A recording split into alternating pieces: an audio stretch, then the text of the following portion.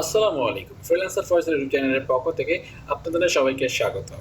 তো আজকে আমরা যে বিষয়টা শিখবো সেটা হচ্ছে, ধরুন আমার একটা পার্সোনাল ওয়েবসাইট আছে। তো ওয়েবসাইটটি হচ্ছে এইটা। আমি সাপোজ এটা ধরছি, আমার ওয়েবসাইট আছে এমনি তো। তো আমি জাস্ট আপনাদের বোঝানোর চেষ্টা করছি যে আজকের বিষয়টা শিখবো সেটা হচ্ছে আমরা ওয়েবসাইটে একটা বাটন তৈরি করবো এখানে।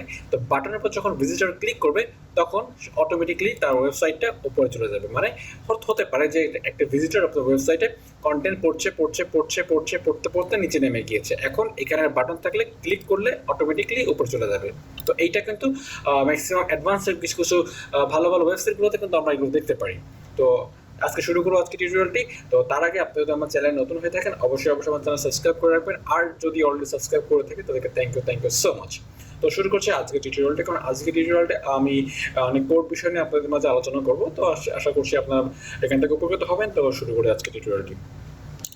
তো তার জন্য ফার্স্ট অফ অল হচ্ছে আমরা একটা ফোল্ডার তৈরি করেছি। ফোল্ডারের মধ্যে index.html এবং স্টাইল css আমরা এই দুইটা ফাইল তৈরি করে নিয়েছি, এবং এখানে একটা ইমেজ নিয়েছি। যে কোনো একটা ইমেজ নিলে হবে, সে যে কোনো ইমেজ।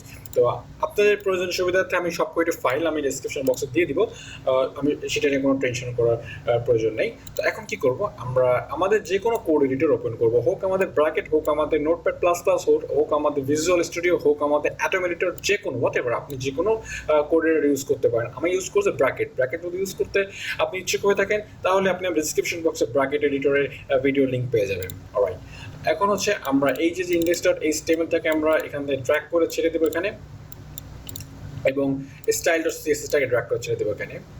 সরি, এখানে না, আমরা এখানে। ওকে, আমরা এখানে দুইটা index.html এবং style css আমরা এখানে পেয়ে গিয়েছি। এখন হচ্ছে এখানে যে ইমেজটা আছে, ইমেজটা কিন্তু আমরা একটু পরে কাজে লাগাচ্ছি। আমি আপনাকে স্টেপ বেসে যখন বলবো তখন আপনি বুঝতে পারবেন।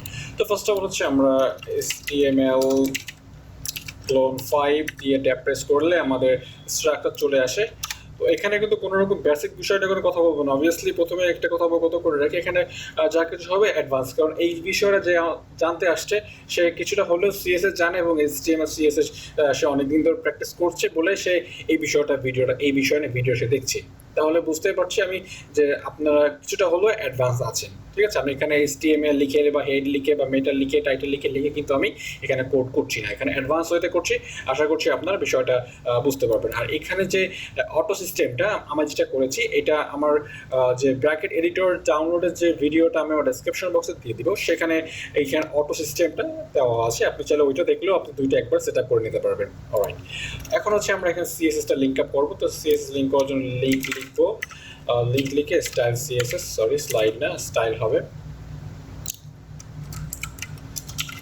style.css আমরা অ্যাড করে দিলাম। তারপর বডি এর মধ্যে আমরা একটা কাজ করব, এখানে হচ্ছে আমরা একটা ফন্ট আসামের লিঙ্ক অ্যাড করব। তো ফন্ট আসামের লিঙ্কটা হচ্ছে আমরা এখানে সিডিএন ইউজ করছি। সিডিএনটা হচ্ছে এটা ফন্ট আসাম। আমরা যদি ফন্ট আসাম জানি, অনেকেই সবাই জানি ফন্ট আসাম হচ্ছে আইকনের জন্য ফন্ট আসাম ইউজ করা হয় সাধারণত। ফন্ট আসাম যদি আমরা একটু ওয়েবসাইটে দেখি, আমরা যদি ফন্ট আসাম যদি লিখি,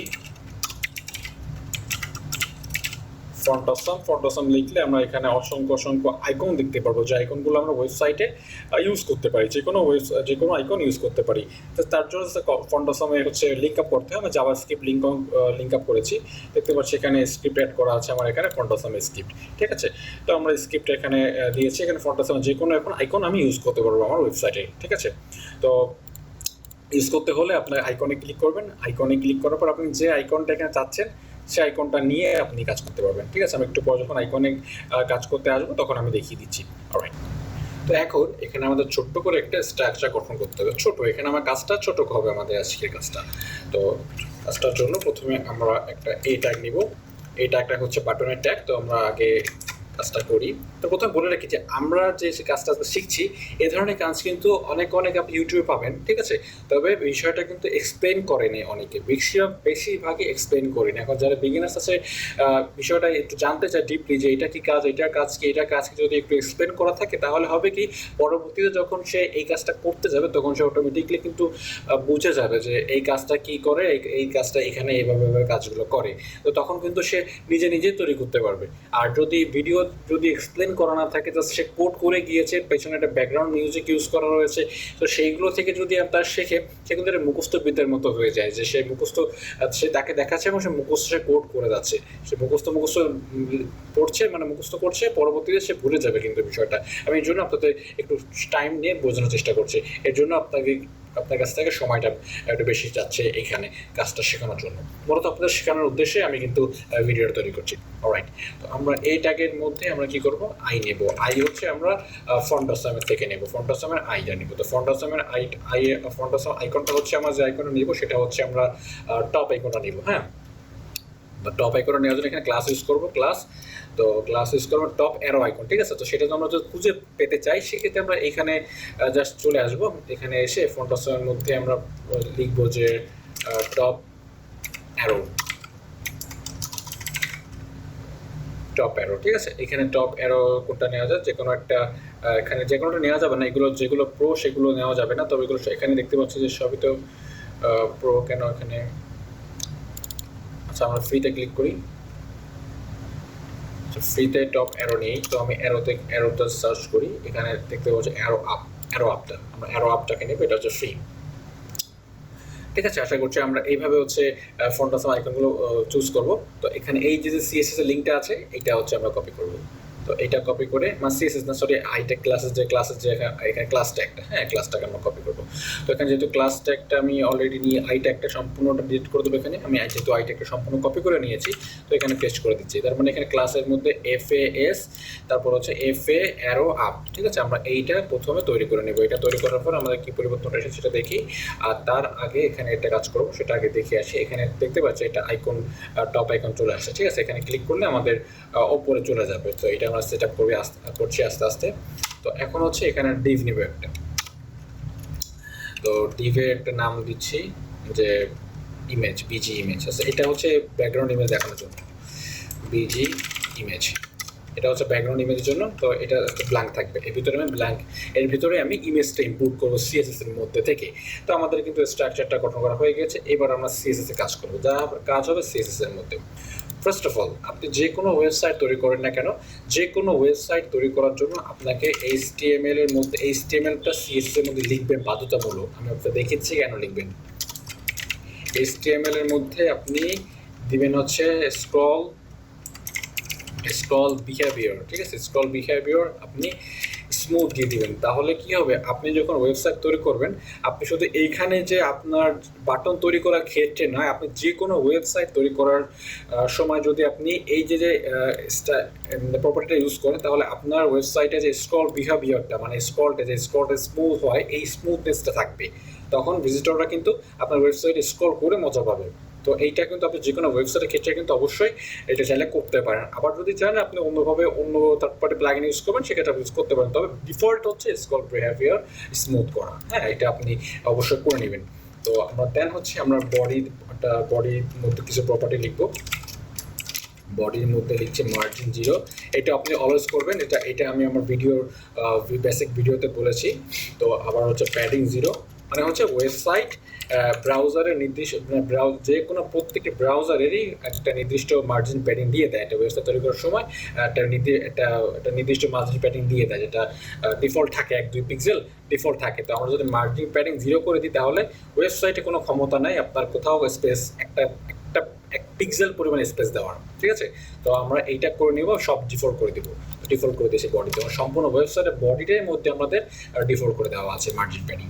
ওকে, তারপর হচ্ছে আমরা এইবার যে কাজটা করব সেটা হচ্ছে আমরা যে ডিভটা তৈরি করেছিলাম, ডিভটা হচ্ছে বিজি ইমেজ, আমরা এটাকে কপি করব। কপি করে আমরা স্টাইলের মধ্যে এসে এখানে হচ্ছে যেহেতু এটা ক্লাস, সেহেতু এখানে আমরা ডট দিয়ে আমরা এখানে ক্লাসের নামটা বসিয়ে দিয়ে এখানে হচ্ছে ক্লাসের মধ্যে যা যা লিখতে হবে, এখানে উইথ দিচ্ছি, একটা উইথ দিচ্ছি, ধরুন আমি 100% উইথ দিয়ে দিচ্ছি, এবং হাইট দিচ্ছি ধরুন 400 VS, মানে ভার্টিক্যাল হাইট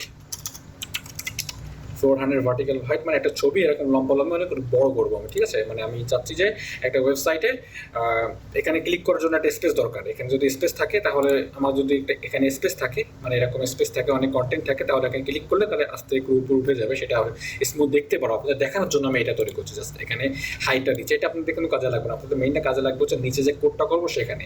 তো এইটা আপনাদের ইমেজ সেট আপ করার জন্য।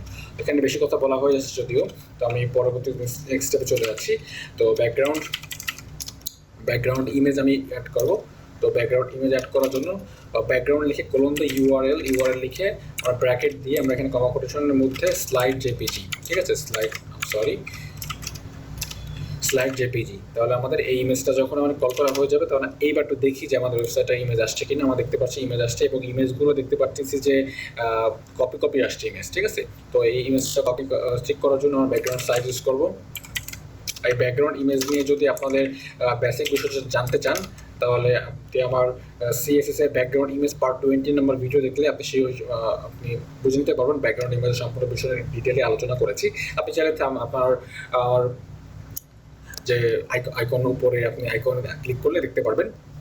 ওকে, তো এখন হচ্ছে এখানে আমরা লিখবো কাভার। ওকে, তারপর হচ্ছে ব্যাকগ্রাউন্ড সাইজ কাভার লেখার পর দেখি কি হয়। দেখতে পাচ্ছি কাভার দেওয়ার পর আমাদের এই সম্পূর্ণ সাইটটা 100%-এর মধ্যে কাভার হয়ে গিয়েছে, ঠিক আছে? তো আমাদের যে কোনো ইমেজ ইউজ করে অসুবিধা নেই। তো আমরা জাস্ট এখানে একটু জায়গা নিয়েছি, জাস্ট এই জায়গা এতখানি জায়গা নিয়েছি, এখানে ক্লিক করলে এরকম স্মুথলি উপরে উঠে যায়, এটা দেখানোর জন্য। ওকে, তো আমরা ব্যাকগ্রাউন্ড সাইজ শেষ করে ফেললাম, আমাদের এইখানে কাজ শেষ। আমাদের আর একটা স্টেপ আছে, একটা স্টেপটা হচ্ছে আমরা এই জায়গাটায় কাজ করব। আমাদের এই ট্যাগের মধ্যে এখানে ক্লাস নেব, একটা ক্লাসের মধ্যে নেব হচ্ছে ধরুন গো টপ দিলাম, যে এখানে ক্লিক করলে গো টপে চলে যাবে। আমরা গো টপ ক্লাস নিয়েছি, এখানে পেস্ট করব। এখানে আমরা যা লেখা লিখবো এখানে সব। তো পজিশন, প্রথমে দিলে পজিশন ফিক্স দিব। পজিশন ফিক্সডের কাজটা আমি আমার CSS এর ভিডিও পার্ট 56 নাম্বার ভিডিওতে বলেছি। Position fixed, position absolute, position relative, এই বিষয় নিয়ে আমি কথা বলেছি। তো পজিশন নিয়ে আপনি যদি দেখে নেন, পজিশন সবথেকে গুরুত্বপূর্ণ ওয়েবসাইটের মানে ফ্রন্ট এন্ডে কাজ করার জন্য। সবথেকে বেশি গুরুত্বপূর্ণ হচ্ছে হলো পজিশনিংগুলো করা। তো এই বেসিক বিষয়গুলো জানা না থাকলে আপনি অবশ্যই আপনার ভিডিওটা দেখে নেবেন, পজিশনের ভিডিওটি। তো আপনি ডিসক্রিপশন বক্সে সব কিছু পেয়ে যাবেন, অসুবিধা নেই। তো এখন হচ্ছে পজিশন দিলাম, তারপর উইথ দিব একটা। তো আমরা যে কাজগুলো করছি সেই কাজগুলো যে হবে সেটা আমরা দেখার জন্য পেছনের জায়গায় রেখেছি, এইখানে লক্ষ্য করবেন আপনি, ঠিক আছে? আপনি এখানে অলস লক্ষ্য করবেন। আমি এখানে রেড কালার একটা বাটন তৈরি করবো, এই রেড কালারের বাটনের উপর ক্লিক করবো। সেই রেড কালারের বাটনটা আপনি এখানে দেখতে পাবেন চলে আসবে। তো এইটা আমরা যখন সেট আপটা কমপ্লিট হয়ে যাবে তখন অটোমেটিক বাটন এখানে চলে আসবে। তার মধ্যে আমরা সব কিছু বলবো, তো অসুবিধা নেই। তো উইডের মধ্যে দিব হচ্ছে আমরা সাপোজ হচ্ছে আমরা উইড দিব 60 পিক্সেল। 60 পিক্সেল উইড দিচ্ছি, মানে আমরা যে ডিফটা তৈরি করবো, যে ডিফটা তৈরি হবে, যে বক্সটা তৈরি হবে, বক্সের সাইজ হবে 60 পিক্সেল। 60, এখানে 40 পিক্সেল দিয়ে, বেশি করা দরকার নেই। 40 পিক্সেল উইড এবং হাইট দিচ্ছি 40 পিক্সেল। তো এইটা ব্যাকগ্রাউন্ড ইমেজ চেঞ্জ করে আমি আপনাদেরকে কোথায় চেঞ্জটা হচ্ছে আমি দেখাবো অবশ্যই। রেড, তো রেড দেওয়ার পর আমরা যদি দেখি যে এটা উপরে, আচ্ছা এটা এখনও হাইট হয়ে আছে। আচ্ছা আমি কাজটা শেষ করি, তারপর আপনাদেরকে বোঝাচ্ছি। যেহেতু ফিক্সড করা হয়ে গেছে, তো যে কারণে আমাদের এখানে আসতেছে না। তো আমরা বাটন আগে ইউজ করি, বাটন ট্যাগটা ইউজ না করলে আসবে না। বাটন হচ্ছে ইউজ করছি মানে বটম থেকে, মানে বটম মানে নিচ থেকে 40 পিক্সেল 50 পিক্সেল উপরে থাকবে। তো আমি এখানে 50 পিক্সেল আমি নিচ থেকে উঠিয়ে দিচ্ছি, দেখতে পাচ্ছি এই যে নিচ থেকে চলে এসছে, ঠিক আছে? কারণ ফিক্সড করার কারণে এই যে ডিপটা হারিয়ে গিয়েছে, এই ডিপটাকে আমরা এনেছি, মানে বাটন থেকে নিচ থেকে 50 পিক্সেল উপরে উঠিয়ে দিয়েছি। হ্যাঁ, তো এবার কি করবো আমরা দেখুন। এবার রাইট সাইডে দিয়ে দেবো, যে এটা লেফট সাইডে আছে, আমরা রাইট সাইডে দিয়ে দেবো। তো রাইট সাইডে দেওয়ার জন্য রাইট লিখবো, জাস্ট রাইট দিয়ে আমরা রাইটে দিয়ে দেবো হচ্ছে 50 পিক্সেল, 50 কি 60, 50 পিক্সেল দিয়ে দিচ্ছি। আচ্ছা 50 পিক্সেল 60 পিক্সেল দিয়ে দিচ্ছি। ওকে, তো 60 পিক্সেল আমরা ডান থেকে 60 পিক্সেল সরিয়ে দিয়েছি, ঠিক আছে? নিচ থেকে আমরা কি করছি, 50 পিক্সেল উঠিয়ে দিয়েছি, এবং ডান থেকে আমরা বাম সাইডে 60 পিক্সেল সরিয়ে দিয়েছি। তাহলে কি হবে, এইখানে কিন্তু ফিক্সড হয়ে থাকবে, যত এখানে এবার স্ক্রল হোক না কেন, এই যে আপনার ওয়েবসাইটটা মনে করছে এটা আমার ওয়েবসাইট, এই ওয়েবসাইটের মধ্যে আমাদের এই জায়গাটা কিন্তু ফিক্সড হয়ে আছে, আমরা কিন্তু দেখতে পাচ্ছি। অলরাইট, এখন হচ্ছে আমরা রাইটও দিলাম। এবার হচ্ছে সব কিছু হয়ে গিয়েছে। এবার এইখানে যে আইকনটাকে আমরা মাঝখানে নিয়ে আসবো, এবং এই কালার চেঞ্জ করে দেবো, এবং ফন্ট সাইজ চেঞ্জ করে দেবো, ব্যাস আমাদের কাজটা হয়ে যাবে। আমাদের কাজ অলমোস্ট শেষ, ঠিক আছে, আমার রাইট দিলাম। তারপর টেক্সট ডেকোরেশন, আমরা টেক্সট ডেকোরেশনটা দিয়ে দিব। ওখানে টেক্সট ডেকোরেশনটা কেন দরকার আমি আপনাকে বলছি। টেক্সট ডেকোরেশন নাম কেন করতে বলছি যে আমরা অনেক সময় দেখতে পারি যে এ ট্যাগ ইউজ করার কারণে এখানে লেখার নিচে একটা আন্ডারলাইন চলে আসে। ঠিক আছে, এই টেক্সট ডেকোরেশন নিয়েও আমার একটা ভিডিও তৈরি করা আছে, সব কিছু প্রত্যেকটা বিষয়ে আমি ভিডিও তৈরি করেছি, ডিসক্রিপশন বক্সে পেয়ে যাবেন। এই টেক্সট ডেকোরেশন হচ্ছে এই জায়গায় ডেকোরেশনের সময় যে একটা লম্বা আন্ডারলাইন থাকে, আন্ডারলাইন রিমুভ করার জন্য টেক্সট ডেকোরেশন নান করে দিতে হয়। আমরা এটা বুঝতে পারলাম। তো তারপর টেক্সট অ্যালাইন সেন্টার করে দেবো। টেক্সট অ্যালাইন সেন্টার করার ফলে হবে যে এই যে টেক্সটটা অর্থাৎ এখানে আইকনটা মাঝখানে চলে যাবে। তো আমরা মাঝখানে পাঠিয়ে দিচ্ছি টেক্সট অ্যালাইন সেন্টার, মাঝখানে চলে গিয়ে দেখতে পাচ্ছি খুব সুন্দরই। তো এবার হচ্ছে আমরা এখানে লাইন হাইট ইউজ করবো। লাইন হাইট ইউজ করে উপর থেকে নিচে নামিয়ে দেবো, লাইনটা বাড়িয়ে দিব। লাইন হাইট ইউজ করছি, সাপোজ হচ্ছে 60 পিক্সেল, 60 পিক্সেল বেশি হয়ে যাচ্ছে, 50 পিক্সেল তাও বেশি হয়ে যাচ্ছে, এটা 40 পিক্সেল পারফেক্ট।